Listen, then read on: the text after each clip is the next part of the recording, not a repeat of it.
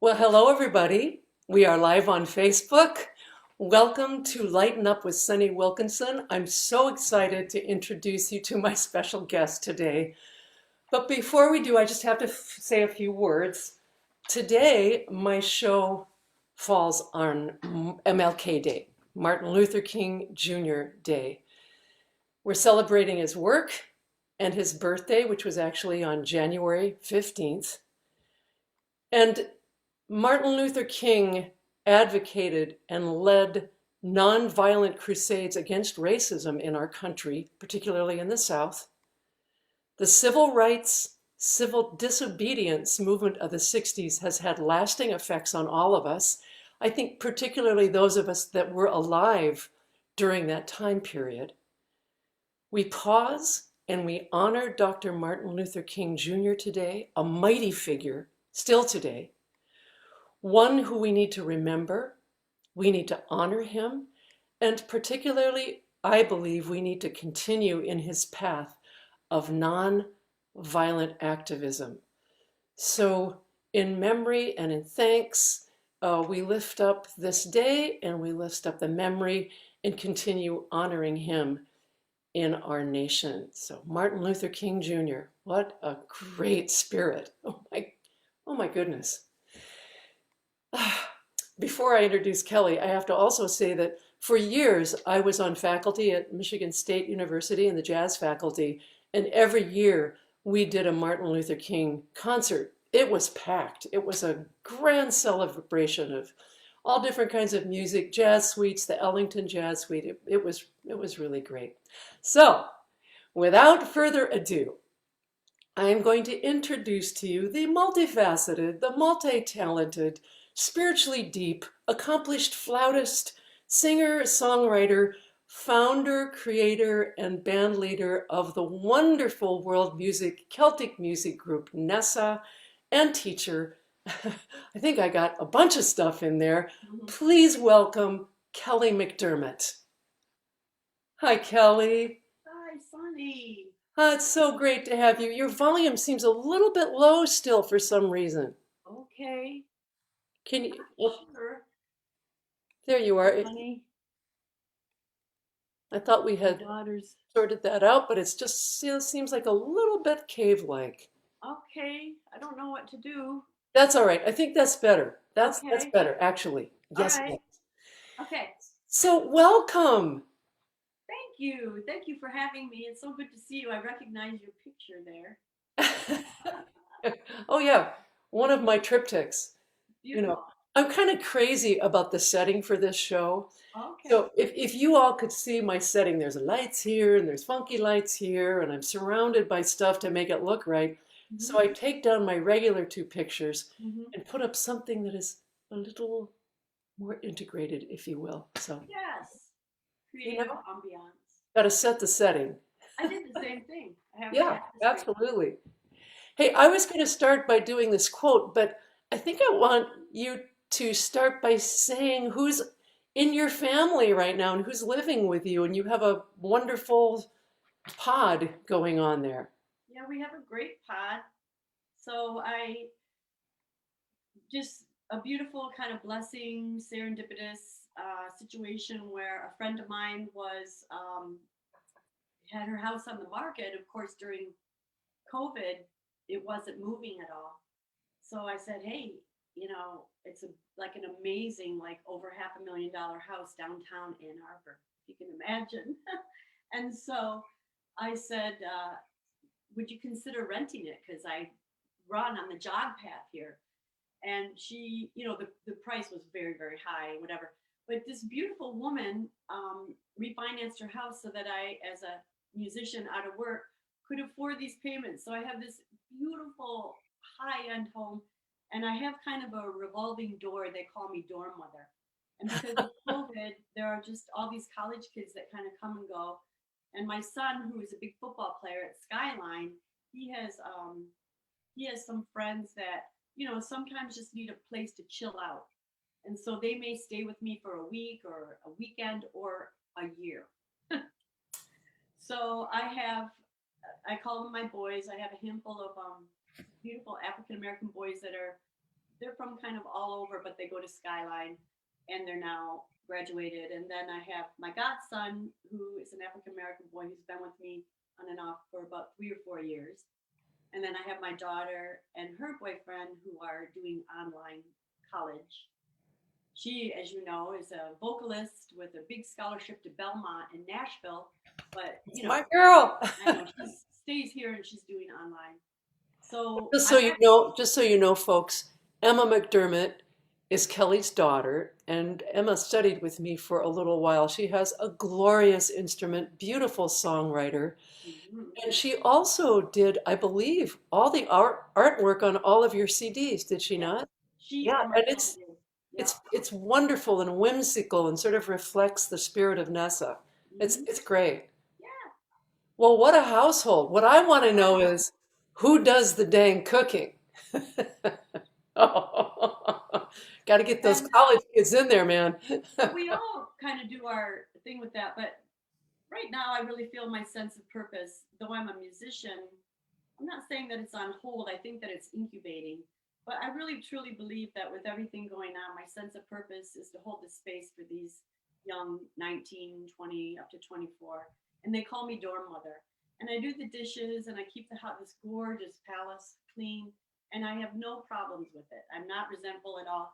I think that they're just learning how to stay positive and keep their frequency high.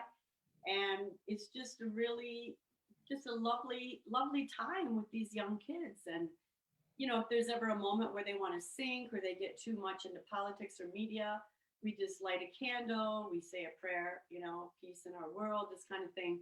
And it's somehow just a really, during these trying times, and I know that they're all suffering with sitting in front of a computer, during these trying times, I feel like it's really positive. Wow, that's amazing. And all of us can take a lesson out of that. Here we are in the midst of this crazy time. This is it. This is what's going on. Um, and to feel resentful or angry about the tasks that are in front of us, keeping our home fire burning, what's the point, right? So embracing that and doing it joyfully and keeping a safe space. I hate to use those, but a kind, open, warm space for the students and the kids. That's amazing. Well, it Plus, is they a get the safe. benefit of that great energy. I miss it so much. Sunny. Yeah, that's I do think wonderful. that it's a safe space. I think some of these boys, they come through and I just love them so much. And they're these big, big football players. And, they walk in the door and I say, sit down, I give them a meal. And two boys were here last year and they were here for over 6 months with me and I helped them get through school. And I mean, I don't think I think I'm a vessel for other energy, but it's just been a really, really beautiful time. And a day like today, MLK Day, it's like, yeah, and I was studying him last night in his beautiful speech that's not as popular about what's your blueprint? What does your blueprint contain, And yeah, it's really been amazing. It's been a huge education, and even people think, I don't know, this sounds a little negative about Ann Arbor, but what I did learn being a mom of white kids and a mom of black kids is that systemic racism is truly a problem. And I just really believe for us to move forward as a nation, we have to heal that original sin, if you will. And it's through education. We have to educate everybody, all systems. So anyway, I better not get started on this topic. It's totally okay. But I mean, It, it's it, just, I mean, do you these have 8 hours? conversations about life, and it's really interesting. I have a friend in LA who does not particularly share my political view, which is fine. And he doesn't believe in systemic racism. And I said, do you have any black friends? And he went, no. I said, well, you might think about trying to get some because, as soon as you do and you become intimately connected, it's so true. And here we are, two white women talking about racism, but it is Martin Luther King Day. Well, and I have this experience in my home. You know, Yeah. it's just I really almost my heart is like I guess that's another show for us. Yes. Well, let's move on a little bit because normally I start out my show with a quote. But I found, and this sort of flows right into what we were talking about, this beautiful saying on your website. And I thought it just so perfectly describes you, even better than the gorgeous quotes. So I'm going to share this with the people. Believing that music is the antidote to our chaotic world, Kelly goes to her core to celebrate womankind who is finding its truth while bravely resisting outdated patterns. This music is a prayer for our beautiful planet and humankind as we approach the threshold of a consciousness shift. Yes, sister, preach. Yes. I mean, yes. What can I say? We're this is a family of very strong activists. And Yes, the word intricacy keeps coming to my mind, you know, that going deep and feeling the intricacy, the complications. And we're definitely in a consciousness shift. It's palatable, you know. yeah, And so I just think, you know, there's like these matrices, and there's a fear matrix, and all the systems have been built on fear matrix, and we need to move to the love matrix. And for every, you know, thought you have, is it generated from fear, from love? And so in an activist sense, in the way that I can, I'm a musician, I do really, really go deep. And this last CD, it's split in half. Half of the songs are to empower women, and the other half are blessings for our Mother Earth. So I and think the you're three things, talking, sorry. So no, you're the three talking things in about, this home in terms of being activists, it's Black Lives Matter, and it's the environment, and then it's this kind of patriarchy, you know, that lives in all of us, women too, and how to just understand the intricacies. You know, it's like a fish trying to notice its water. It's in all of us all the time, you know, with almost every step and every walk. And so we're digging in here in this house with these young people, and constant discussions, you know, constant lessons. But that's kind of what I also it it it seeps into my music. yeah, of course. It's who you are. And I assumed, I didn't mean to interrupt, but I assumed when you were talking, you're talking about your all of your music, but particularly your new record, Other World. Mhm. And you released that during COVID, is that correct? Well, unfortunately, it was supposed to be released March 15th. Oh God. We had quite a few shows and festivals. It was around St. Patty's Day festivals this summer, and everything just stopped that day. So it's been suggested I re-release it, and I'm contemplating that. But it's kind Absolutely of on the shelf right now. right. Well, people can go to your website though and take a listen and download it, correct? Yes. Hmm. So your website is Nessa, Nessa. If they type in your name, Kelly McDermott, will it take them to Nessa? Probably you Google my name, but it's Nessa Music, one word. Yes, Nessa Music. Um, I wanted to talk a little bit about the name Nessa, because that's sort of is right in line with your purpose. Would you tell us about that, please? Well, she is an Irish goddess, and the music is world music, but it's basically all Celtic inspired. Even if it's originals, it has this um, energy, you know, of Celtic music.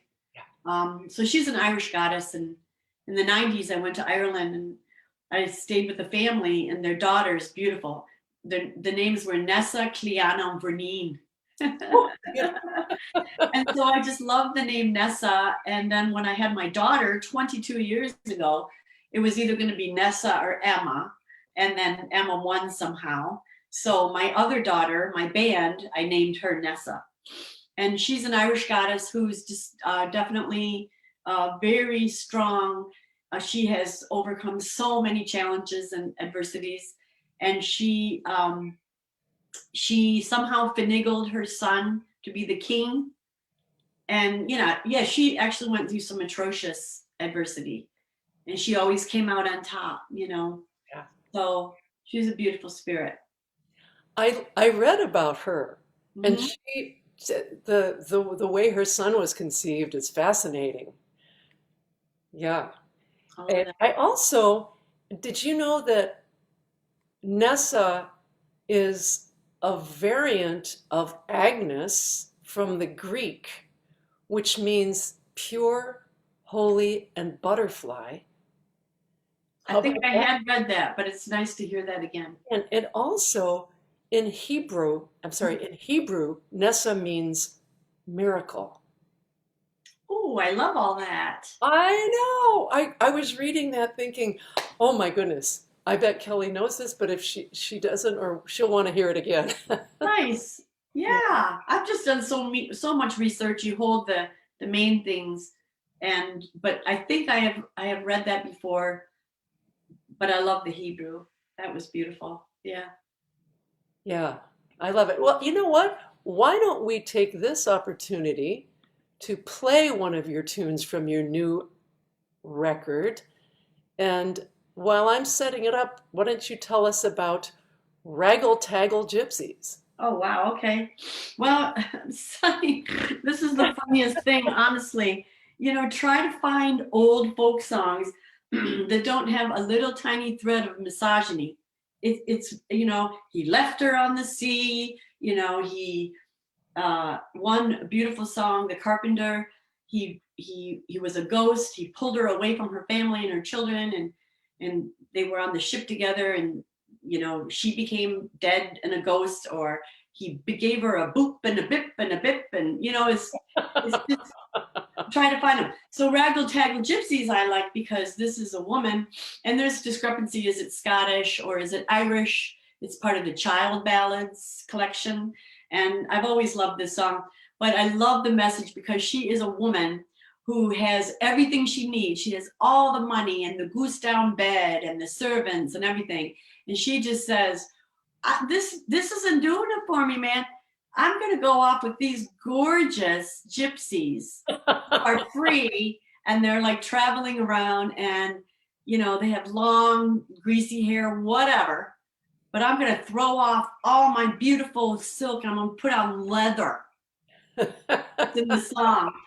you I know think I'm going to do that too. I know. And in the concerts I always say after the song, "What do you think about that, girls?" And the ladies are like, "Hoo, hoo, hoo," perhaps. um Maybe so in another lifetime. so Yeah. So anyway, being world music, it just comes very natural. I don't. So my husband Rob, he is my co-arranger. He's the bass player in the group, and we just kind of literally within seconds, change the beat, change the, if it's in 3/4, put it in 4/4. Here I'm constantly changing the harmonies. They're more jazz harmonies, but in this particular song, it just immediately led itself into reggae. Oh, I So love it. What a great segue. Now, I wish we could play the whole thing. We're going to play a little snippet, but folks, go to nessamusic.com and check out the whole song. So this is Raggle Taggle Gypsy.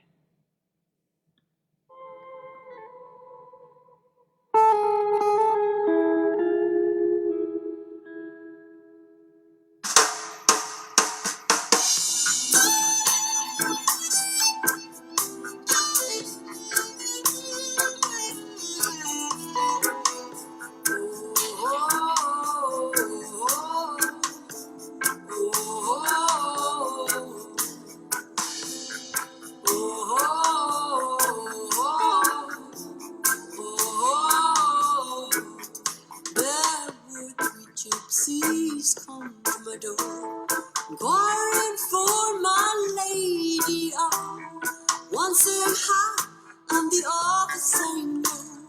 The other saying bonny, bonny biscuit. So she took off her silk and her finished gown. She put on those of leather. Oh, ragged, ragged rags about my door. She's gone with those raggle-taggle gypsies home. Oh, oh, oh, oh,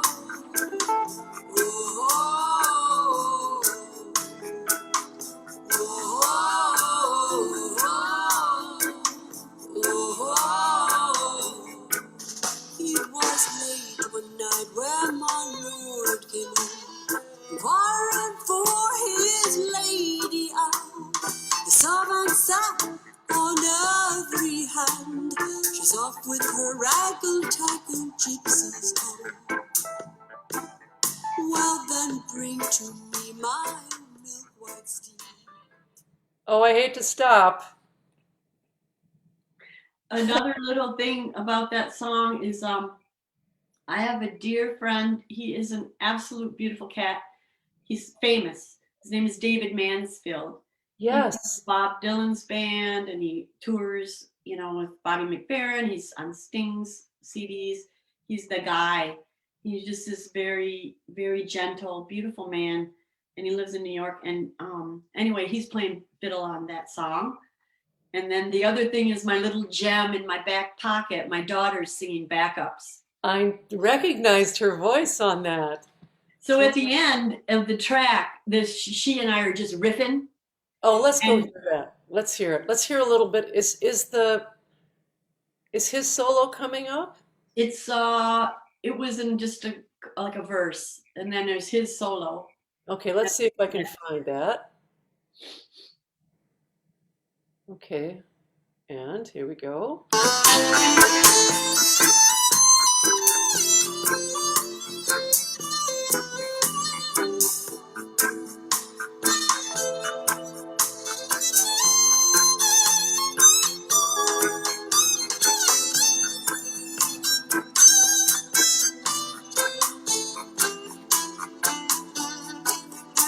What makes you leave your Fantastic. I want to listen to all 6 minutes of it, but I want to talk to you more. So I'm going to go to the end here and see if we can find you and Miss Emma riffing. There's a funny story about that. Is this the right place?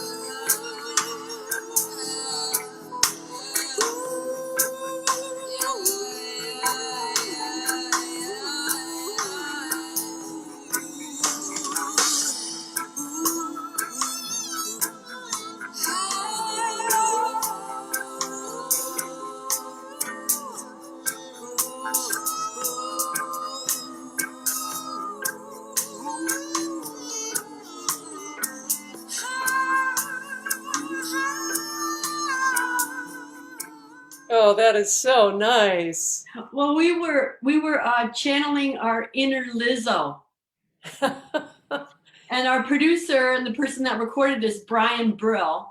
We were in a different room than him, and we were just he has the vocal stuff set up in this like secondary bedroom. He's called Attic Studio. So anyway, we were sitting on the bed and we're just going, like this. There's a lot more that didn't make this cut. Oh, I'm sure. He says from the other room, because we're like Celtic gypsy women on the Caribbean, channeling inner Lizzo. And after we got done crying, he says in our headphones, "Oh, remind me not to go to that gypsy camp." That's hysterical. I love how, I think it was Emma, I'm not sure, it might have been you. The high voice sort of blends into the sound of the violin and vice versa. Mm-hmm. They have I don't remember. Both were doing all over, so. Yeah. Well, that's just wonderful. So Kelly, tell us about, we've talked about your singing, but we really haven't talked about your flute playing and your beginnings. You came from Philadelphia. Tell us about the flute playing track. Okay, so, I read your little questions there and I kind of studied them, like, whoa, I have to think about something here. So I rehearsed a little like history. Oh, So I come from a family of musicians on my mother's side. So my mom is a church organist, and her sister is a recording artist, and her husband was a Nashville second session player. And my grandmother, who there's a picture of right here, I carry with me. hold it She, up. Hold it up. Let us see her. Oh, lovely. that's me and grandma. And she was a dear, dear, dear, dear to me. And she had this like God power voice. She was head of the alto section in the church choir. And my grandfather was a jazz musician. He played piano. He was in a kind of famous trio in Bay City. He played at the airport. So, and the neat thing is, and my brother was a tenor. When we would get together at holidays, I'm just like, I was really quite shy when I was young. And I would sit there in the room and my mom's pounding away at the piano. And we've got, my uncle's a bass and his wife is an alto. And we're like jamming on the Alleluia chorus, right? And my brother's like leaning with his beer in his hand, he was a football player. And I'm saying, hearing like these big vibratos and my grandma with this alto and my aunt with her high soprano. For me, as a little girl, I was just like, I could feel the power in my room, in the living room. And I really looked forward to those family singing jams. And but I didn't really think about being a musician. I don't think I had any great talent, anything like that. It's just that I knew beyond a shadow of a doubt I had to go to college. And I don't know why, because I'm from Bay City, Michigan, and none of my friends really talked about college. I just knew I had to get out of Bay City. And so I was going to go to Central Michigan. And my grades were really bad. So the recruiter said you have to choose something because you can't get in on your grades. So I was one of those goof offs in high school. Anyway, I had to choose between swimming and music. And so at the time, I'm like, well, I play flute, I might try that. So for that year, I got a new teacher and she helped me get into school. So I was at Central for a couple of years as a flute major, and that I didn't really like it. So I went to Michigan State, your school, and then it just is like the passion of the flute. It started to kind of grow throughout my undergrad. So I ended up with a double major, music therapy and flute performance. And then I found a teacher. He's like one of my main life mentors of all time. His name is Kenneth Andrews, and he teaches up in northern New York, but he taught at a little festival called Bayview up in Michigan. Could I ask you a question before you go on with that? At Michigan State, I'm assuming, did you study with Roger Smeltikop and Rick Sherman? Yeah, Yeah, Roger. Yeah. yeah. Yeah. Just curious. I know. People laugh when I say that. Yeah. Yes. Anyway, um, so this man, Ken Andrews, he's a genius at finding a diamond in the rough. I never knew what practicing was. My mother, she might be listening. She would take me to my flute lessons. I would practice in the car on the way to lesson. Like that was it, like practicing. So Mr. Andrews, he just took that, little gem and he just polished it up and he's like, go. So then I went to Philadelphia and I got 2 degrees in flute performance at Temple University. And that was a wake up call. That was extremely intense and competitive. The faculty at Temple were the principals in the Philadelphia Orchestra. So I got to hear the Philadelphia Orchestra every single week. And I studied with Murray Panitz there. He was principal in the orchestra. And so, that was just like, it just clicked immediately. I had to work very, very, very hard to catch up. Yeah. And, but I did, and then I lived in Philly for 17 years. I've played in some very good orchestras, Delaware Symphony, Harrisburg Symphony, South Jersey Symphony. My love was with chamber music. I played with a classical guitarist and a harpsichordist, and I just kind of toured around and we made CDs, in the 90s. And then when I had my second baby in 2001, my mother, she kind of lassoed me back to Michigan. I'm like, I can't go back to Michigan. But I did. So we came back here, and I've been here ever since. And then somehow, I played with some of the symphonies in Michigan, but this other thing just kind of came in and is just, you know, it is where it is now. It's Nessa. And I don't do much classical anymore. I play in church and I teach classical flute, but I'm really pour all my musical love into Nessa.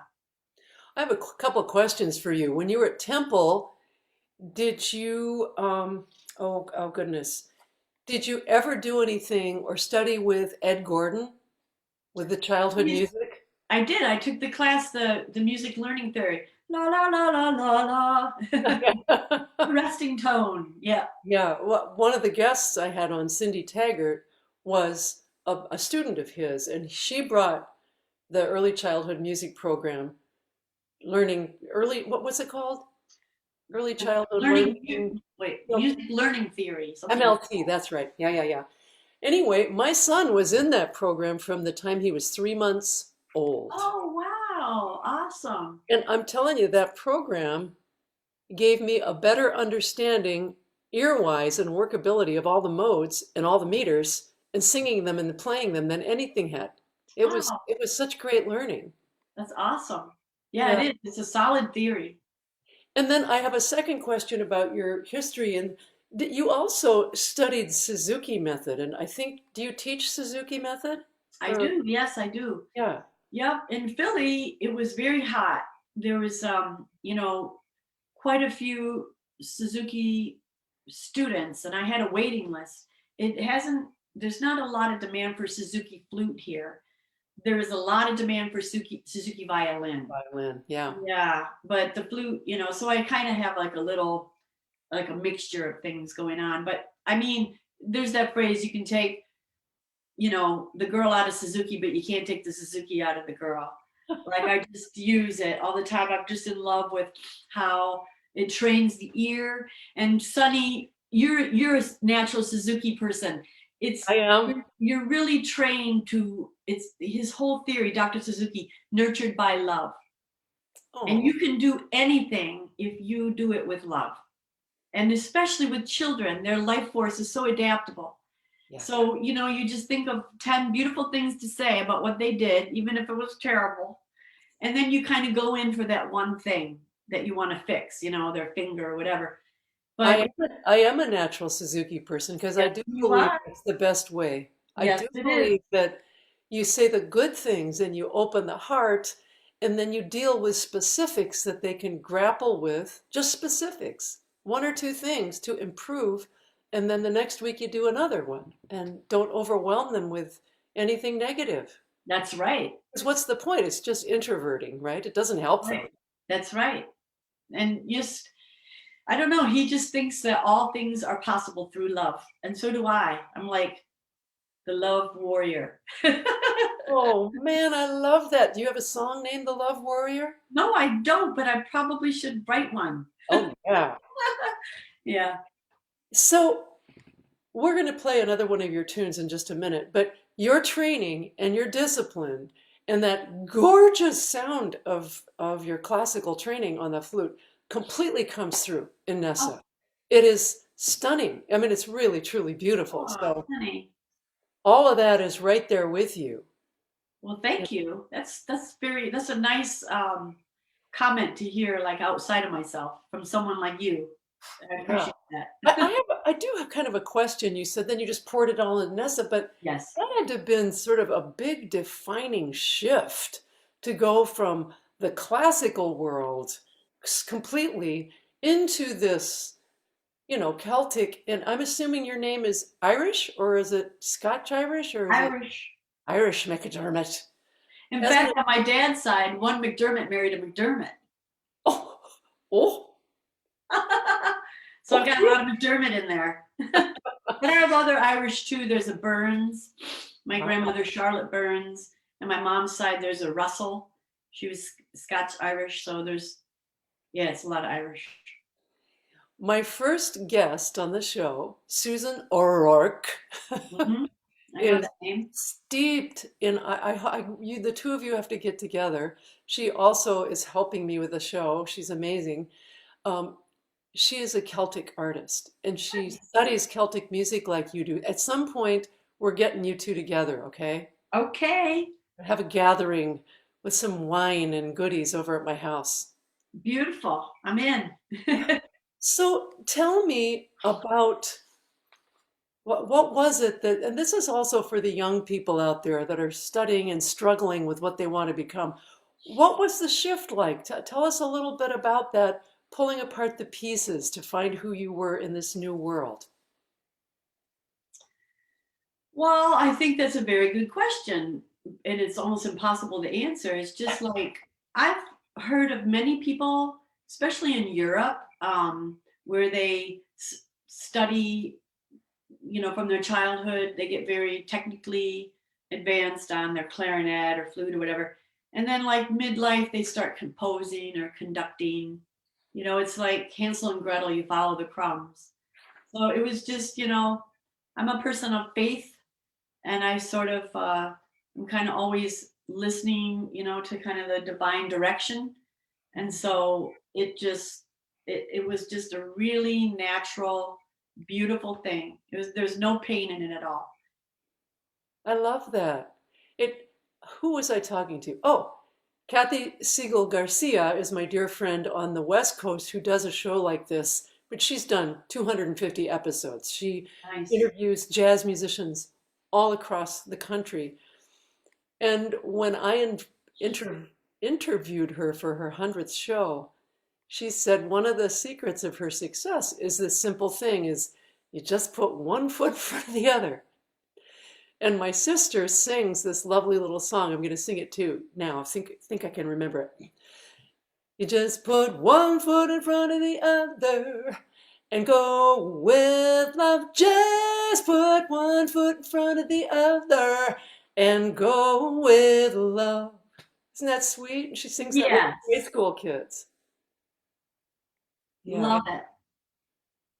Yeah. And have the courage to confront each step of the way too. That's right. Right? It's not an easy path. Right. So It can be fraught. yeah. Yep. It's true. Yeah. And could you tell us a bit about your other CDs? I have a list of them here in front of me, and there's some beautiful CDs. Well, the first one was I was in a band with a fellow who he was a teacher at my daughter's school, and I had just moved here, and I had always worked with a classical guitarist because there's a lot of repertoire for flute and guitar classically, and I have a CD there as well. But so we just were doing classical stuff, and he is kind of known for a singer-songwriter kind of thing, and so he said, well, we were doing a concert at Carytown. He said, well, listen, can you sing backups on this one song? Because it was a juxtaposition. We had some Irish, some singer-songwriter, his music, and then classical stuff. We were going to do a little concert, try out our little duo. And I'm like, I don't sing. I'm like, no. So anyway, I did, and things kind of clicked in that moment. But that band, we all kind of went on to do other things. It was the first I had done anything other than classical, was this band. And it was named Karin to Karin. Oh, that's right. And as I was getting ready to leave that band, I was studying with a really, like a beautiful goddess of a woman. And she said, why don't you start your own band? I said, no, I don't have the confidence. I don't have what it takes. Her name was Sunny Wilkinson. Nice introduction. And she said, well, why not? I said, oh, Sunny, I don't know if I can do this. So you kind of held my hand there at the beginning. I don't remember, but boy, am I grateful that we did that together. Wow. Yep. And so I made a CD right when I started studying with you.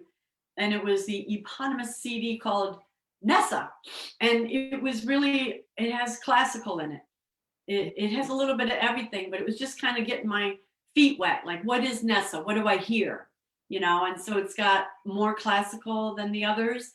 And it has, you know, one of the questions you asked me, who were the artists that formed you? One of my artists is Kate Bush. So it's got a Kate Bush song on there. So it's, you know, it's just like me just kind of trying things out. And my beautiful friend David Mansfield is all over it. So that it's got a lot of energy. And then the second CD is I went through this period called Ancient Song Discovery.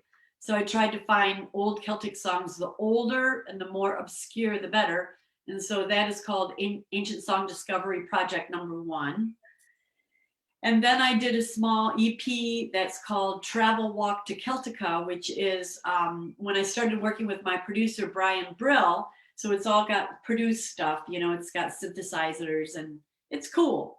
It's definitely a mishmash with that.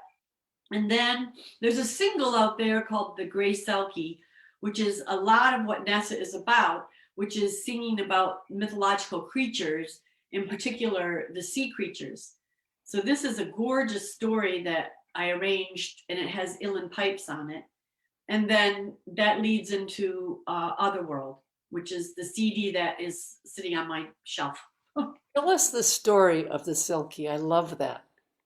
Well, in this particular story, it's about a woman who's a human, and she falls in love with a man Selkie, but they can never be married because the Selkies, they just will feel imprisoned. So, but he comes and goes from the land of Skari, and they're lovers, and they have a child.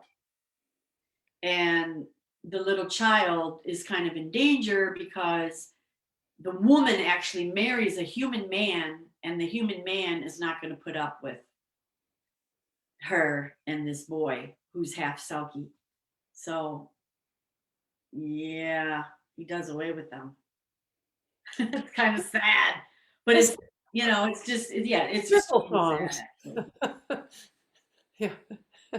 Not just love songs like jazz, but there's death and mayhem in Celtic music. It's crazy. There's a lot, and I believe that the Scottish are a little bit morose, more morose even than the Irish. Their stories are like opera, you know. Whew, sad. What is a Selkie? What is a Selkie? Oh, the Selkie is a creature. It is half. Well, it's when it's in the water, it's a seal. And it has this beautiful thin skin that it can take off, and it can fold it up and put it under a rock, and then they become human. So they walk around the beach, you know, beautiful creatures, humans, long, beautiful hair and naked, you know. Like the ragtaggle gypsies. Yeah, really. Most of the Selkies stories are female. And, you know, the sailor or the fisherman, you know, sees the beautiful naked Selkie, and he's tested.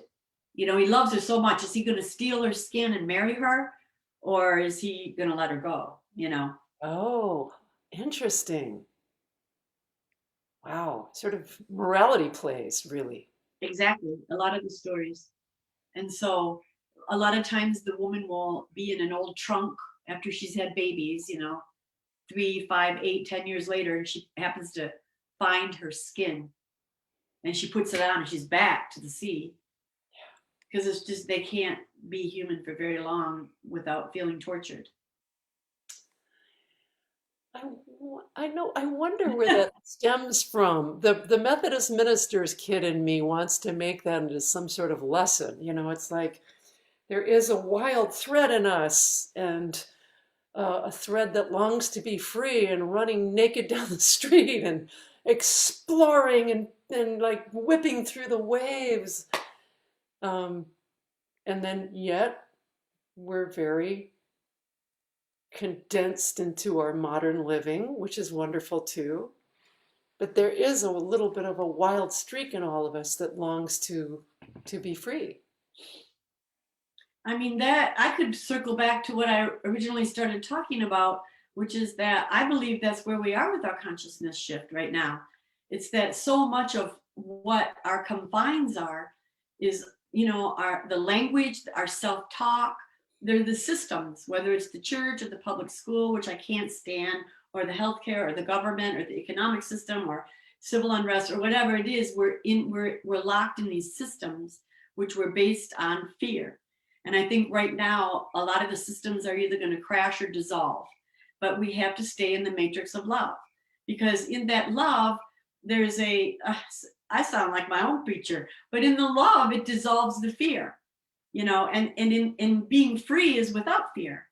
And it's a practice to constantly say, I disengage from the matrix of fear, I engage to the matrix of love, give it over to love. It's really hard work, but it is possible. And I'm in many groups like Global Peace Consciousness, where we do believe that with the critical mass there can be peace on earth. I'm determined. That's beautiful, Kelly.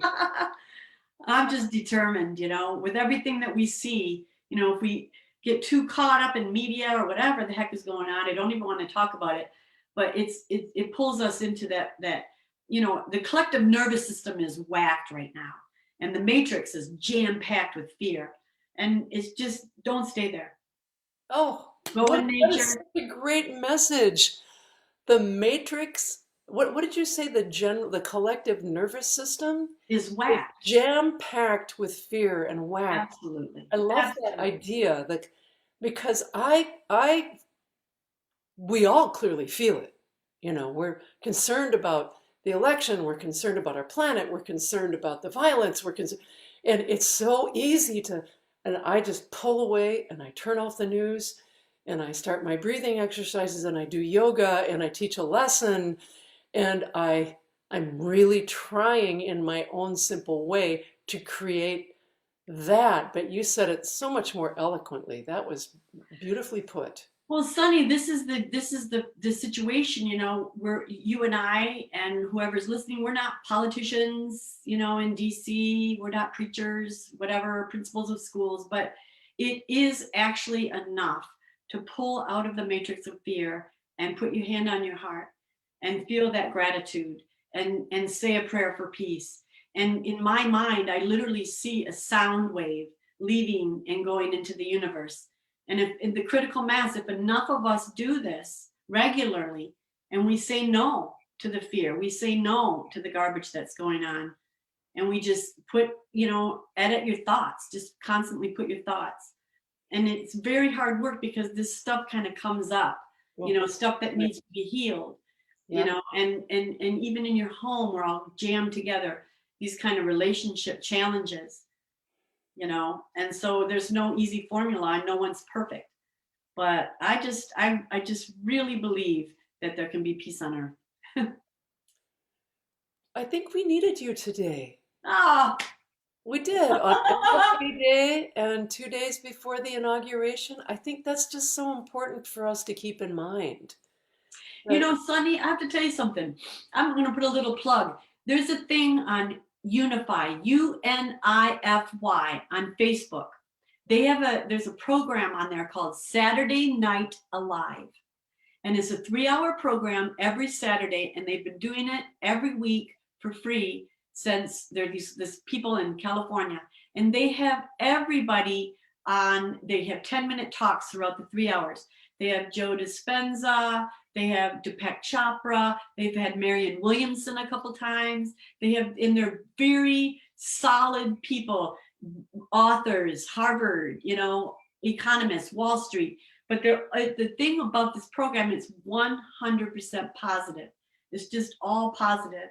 There's no commiserating, and it's like astrologers and spiritual people. Last Saturday was all about Martin Luther King. They had some wonderful African-American leaders, and it was just gorgeous. But one of the things that I heard right around the Georgia election was a woman, I can't remember her name, but she studied a woman during the Civil War, and I wish I could remember her name. And this woman, the people in DC were listening to her because she had a message back in the Civil War during that time. And her message was tranquility in the home. It starts with tranquility in the home.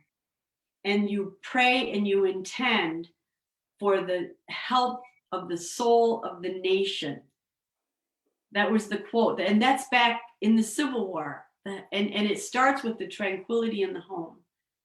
And it really matters. We can't pray for whatever's happening in DC or in our world if it's not in the home. So you have the tranquility in the home. I love that. Back in the Civil War. That's beautiful. It's interesting, the journey that Ron and I have gone on together through COVID. We're together all the time. And we do have a joke, which I know I said before, but I'm going to say it again. How can I miss you if you won't go away? I mean, every time I say it, it makes me giggle. Yes. But honestly, we have tranquility in our home. We have kindness and gentleness, and we're taking care of each other, and we're learning how to do it better and better all the time, right? Mhm. So we loved each other dearly before all this, but now we have a certain sanctity, a certain closeness that I'm not sure we had before. Aw. I think that's just we've learned how to do that, is what I'm trying to say. Find the tranquility in the home. That's a lovely idea. Well, that's beautiful. It makes me a little choked up to hear you say that. So It's if you beautiful. find out her name, let me know, will I you? will. Mhm. Yeah, that's beautiful. Well, you could check out the Saturday Night Live. It was the Saturday before the Georgia election. Okay. And And it's they have you go unified. I'll on check it live. out. Yeah, you go on live on Unify Live, and you'll see Saturday Night Live, and it has the dates of all the different Saturdays. It's a really cool program. Cool. I will check it out. Now, completely change the subject because this is a segue though, because when I think of quiet and finding my center, I think of all the yoga I'm doing, and gratefully they've got such great yoga up on YouTube. So I Yes. just go in my bedroom, I do my yoga. Are you swimming? Are you able to swim at all? Oh, that's a live concerts and swimming. They're the two things I'm all about, right? So Yeah. it's been a challenge, but no, I am not swimming. I do run every single day, but it's fun because my daughter and her boyfriend took me out to Lake Pickerel until almost November. I That, mean, I was freezing, and it took me like 2 days to warm up afterwards. But I went out to Lake Pickerel twice a week to almost to November. oh, that is fantastic. I have to tell you a quick story. So I haven't been swimming either. It still, I've gotten used to it, but it still drives me nuts. I Yeah, mean, it's oh weird. my God, it's just, so I said, well, the heck with it. I went out to, I won't name the lake because it's going to give it a bad rap. I went out to this little lake that's north of me, and I went, I'm just going to swim in the lake.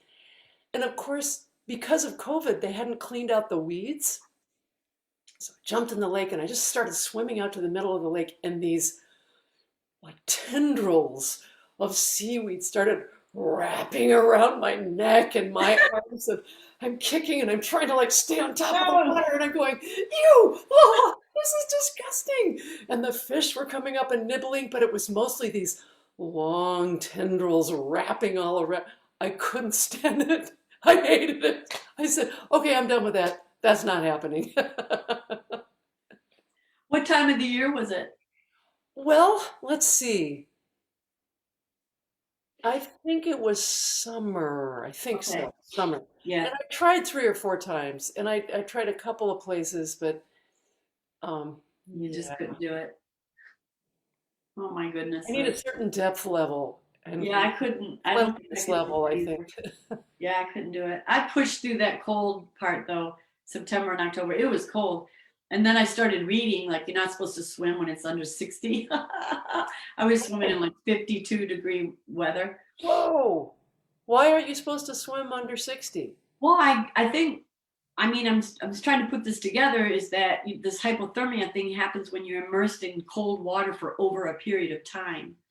Oh, So, okay. and so I'm like, well, I better stop. I had a swim shirt on, the like wetsuit thing, Right, right, and right. I just jumped in. It was crazy. You crazy woman. I'm crazy. Crazy. Wow. Well, that's great. I'm glad you got to swim. I cannot wait to get back in the pool I and know back it's to the weird. skiing. Oh boy. It's just such a weird thing. I try not to think about it, Yeah. but I'm lifting weights and I do run every single day. I run in the woods here, and that's beautiful because there's an owl family there. Oh, that's great. And so I stop and woo, woo, woo, you know, I like sing with them. Oh, that's great. Yeah, we're working out and doing lots of hikes and doing my yoga. And in the Yeah. summer, I was riding my bike like crazy. I just loved it. I rode my bike everywhere I could get my hands on. Mm. That it was something new. I mean, I've always liked to ride my bike, but I was just I couldn't get enough of it. I Yeah, loved it. I understand that. And my husband, bless his heart, bought me a bike rack, so now I can put my bike up easily. And I like going out into the farm hinterlands, so you're Hmm. out where there's nobody, no cars, and you're Hmm. just riding through the farmlands. I love that. That's beautiful. Yeah. I think that's part of what we're learning in COVID is some of that, and how it feels to do that, or how it feels to listen to the owls, or in the spring, like the birds were like, whoa, what's happening? Because there wasn't as much traffic, Yeah. and me like just cherishing this time at Lake Pickerel, or cherishing my runs, or you cherishing, it's a different thing. And I Yeah. don't want to go back to life like it was. I want to stay with that feeling. I understand. I when I moved here from Los Angeles, I looked out my view out the front, which is woods and the river, right? Hmm. And I said, I will never take this for granted. Beautiful. And I never have, but it's even richer now, looking out and just sort of breathing in the beauty of nature, all four seasons, and just really being appreciative. It's Hmm. lovely. Yes. Yeah. And that is, I think that is happening to many, many people. And I think that's something we just really have to strive to keep. And that's the whole too, the connecting with nature. Yeah, A lot of what I've been, absolutely. yeah, a lot of what I've been studying during this whole time, and with decisions around the planet. Like I'm the biggest person. If you have a plastic water bottle, you're gonna hear me go on for a while. Don't use these one-time use plastic bottles, and so it's that, you study these indigenous cultures that are here today that have never been on the grid. They've never had plastic. Like they're the wisdom keepers. We have to like, what are you doing? How have you done this for thousands of years? It is possible. Yeah. For my goal, and I would be in one probably right now, Sunny, is to have a tiny house and be off the grid. Wow. How can you be off the grid and do Nessa?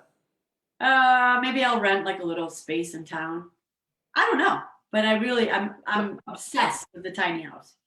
Oh, not me, boy. I see them. I think they're cool, Yeah, but no, sorry. Well, good for you. Well, you're a tiny person. I'm 6 foot tall. A yeah. tiny house would make me like want to scream. It's like, oh, I can touch either side of my house. Well, they vary in size. Sure. The one that I want is 28 and a half by 10 feet, so that's kind of big. Oh, yeah, that's big. She said with sarcasm font fully in place.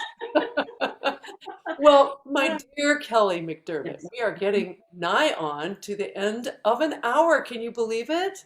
Yes. So before we sign off, and I hope you stay on a few minutes with me after we go off of Facebook Live, is there anything else you'd like to share with these beautiful people out there? Whew. I think, I just think it's this thing that everything that comes through you, it's fear or love. And just make these choices. It doesn't happen overnight, but just I disengage from the matrix of fear, I engage with the matrix of love. And I also want to say that I believe that music is an antidote. Yeah. Support musicians, do everything you can and just throw yourself up in music. There's just so much music. There's so much music available on YouTube, meditation music, and just, you know, like you with your bike rides or me with my swims, just notice music differently. And yeah, I just believe music can heal. It's beautiful. That's a perfect way to end. Kelly, it is such a joy to see you. Thank you for being my guest and for all of your beautiful depth and wisdom. Folks, check out nessamusic.com and check out their music. Go buy that Otherworld record. And let's, when this is all over, yeah, let's do a big dang party. Let's have a Oh, yeah. CD release party. We'll stand up and cheer. Woohoo! Well, before I let you all go, I want to, first of all, thank my wondrous goddesses, my team at Smoke and Sled Dog Records, Jamie Sucille and Susan O'Rourke. I couldn't do this without you. It is just wonderful to have this community of women to work on this project. Thank you. Mwah. And I also want to let you know that our next show is February 1st. And we are featuring she is so rockalicious, jazzalicious, great drummer, Galen McKinney. And you're going to love her. She holds down the fort in Detroit for sure.